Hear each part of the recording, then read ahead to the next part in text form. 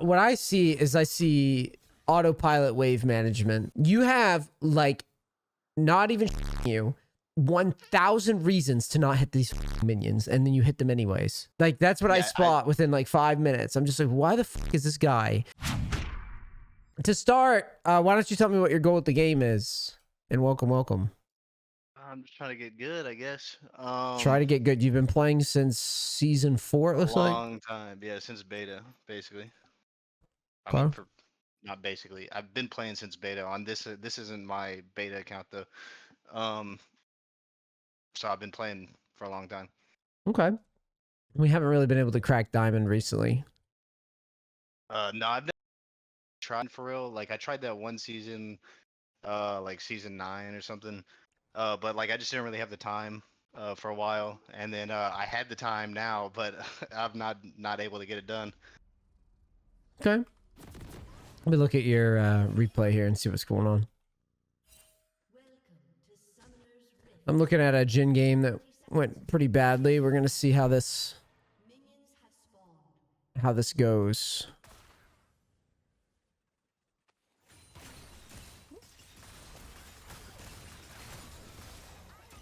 So my goal here today is to try to help you get over the hurdles that you're in, and hopefully get you able to get to a higher rank, get you to get, like you say, a little bit better.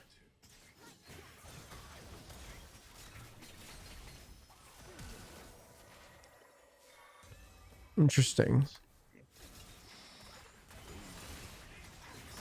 You remember this game at all?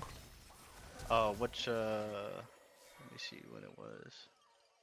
It's like a 2-8 game. Yeah, 2-8 a couple days ago. Yeah, sort of, maybe. What's your strategy when you're going into a game like this? Double poke. Double poke. I got the Yumi.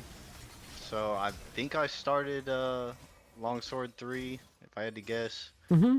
And then my goal was probably just I mean, not to get pushed in like we're getting pushed in, but I took a bunch of damage, it seems. So yeah, I don't necessarily remember this specific game off the top of my head, but That's okay if you don't. I'm just curious what, you know, if you did. Yeah, I mean, I think this one just kind of got chalked up to the Belveth just really destroyed me later on. From what I remember. Mm-hmm.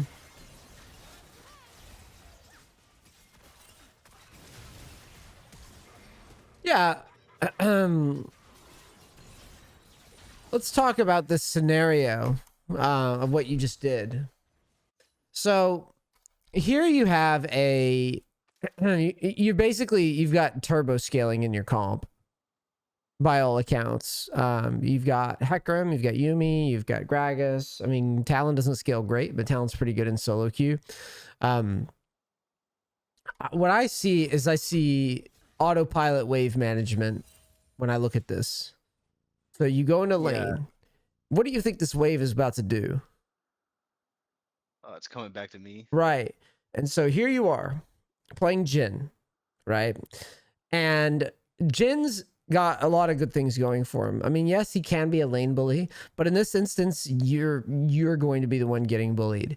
You have, like, not even shitting you, 1,000 reasons to not hit these fucking minions, and then you hit them anyways. Yeah. Like, that's what I spot within like 5 minutes. I'm just like, why the fuck is this guy in a 2-0 game state with ADC, which is a role where you're just praying to God you don't feed? Yeah. Right? Like, you're praying to God that you don't feed in this lane. And you go right up to the lane that's going to shove into you the entire game, into a Hecarim, into a Talon, into a Jin setup.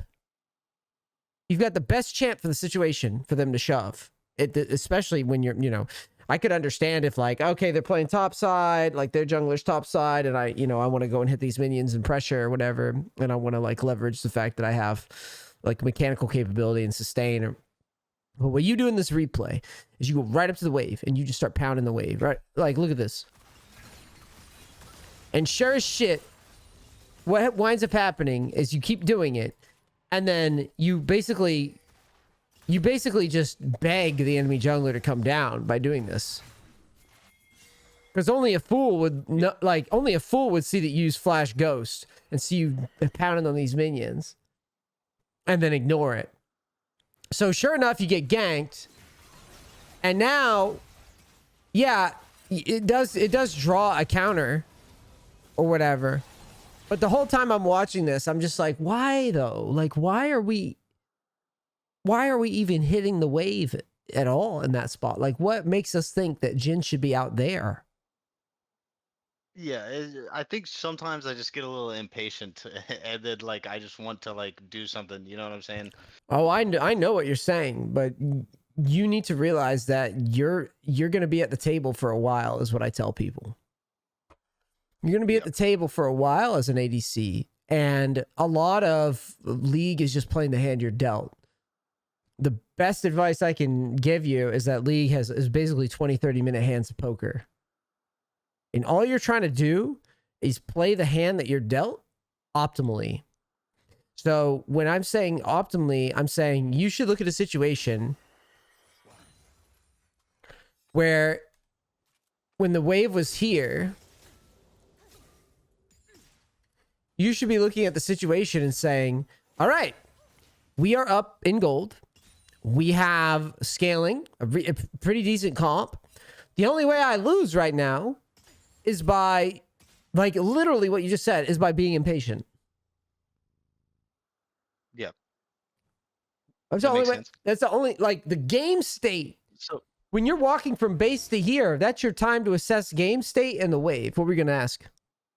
oh well, I was gonna ask is like thinning the wave, or like when should I just let it push to the middle of the lane and then start like thinning it a little bit, or should I just leave it big and let it hit my turret? You can, okay, so yes, that's actually a good question. So if you can thin it safely and try to ease it into this position is what you're asking. Yeah, ease it in. If you can, yes. Safely, yes.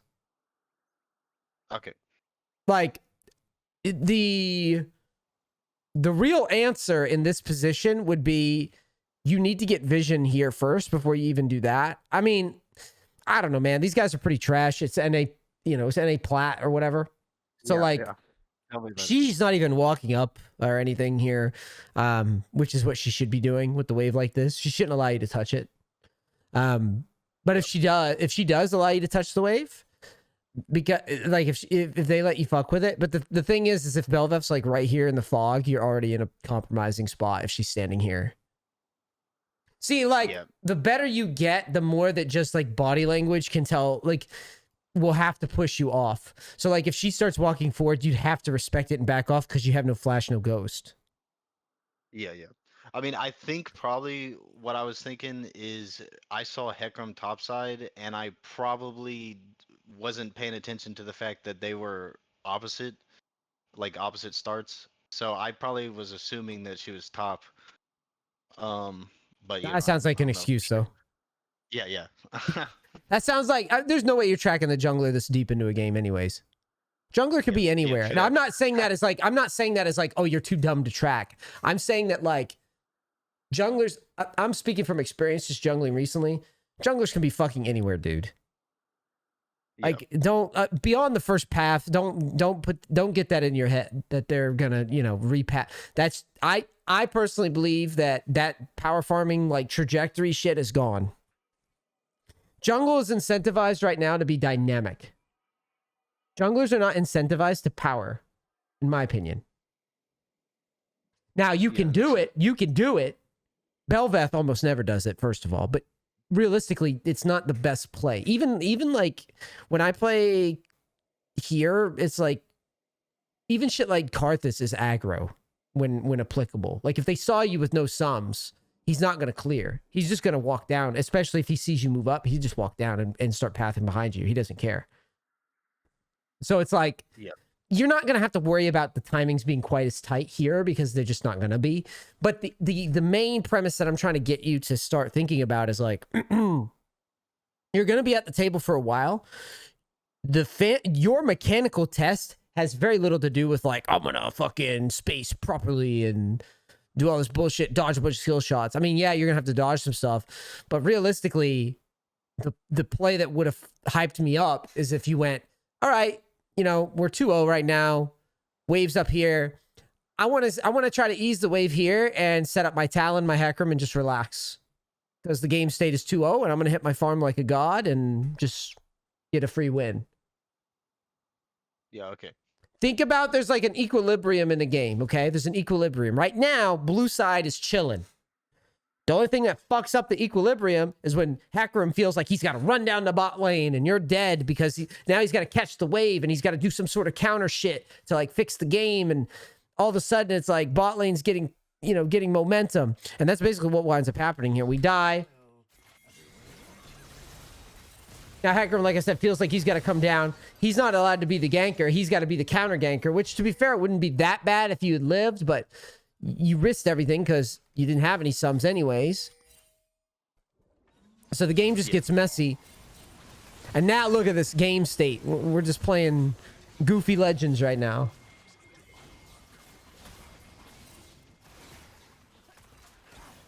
And I'm sitting here thinking this whole time when I'm watching this, I'm like, man, we just had a game state that was free.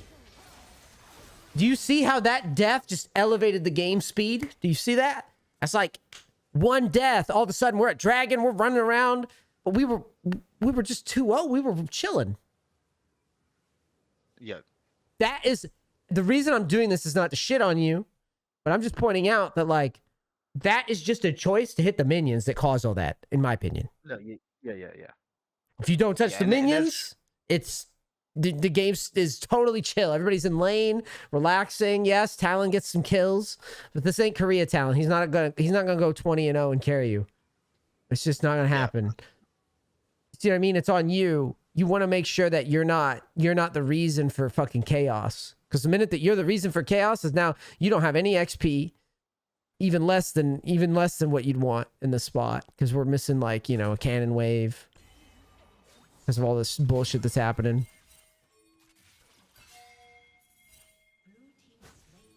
Look at that.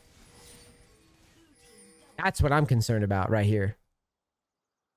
Yeah, it was rough timing. Right.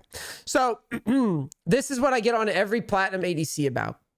This is the mental game, the chess game. You're a guy that hovers just outside of Diamond, which means you really struggle with the chess game. The real thinking game. You either, like you said, you get impatient, you hit waves when you're not supposed to. That's usually every player's problem for an ADC. They're not playing the macro game yet. Now, I can't comment on the mechanics, but we're going to see those. We don't gotta. Yeah, we don't gotta. Yeah. Right it out, share your screen. But my big thing is with every ADC is trying to get them to start thinking about the game in a complete way and not just basically if I could be the reason that ADCs don't automatically just fuck up a game state like that for no reason at all. If I can incentivize you to think in that way, not only will you climb, but I'll make the League of Legends experience a better place for all. Yeah, that's what I'm trying to do. You know?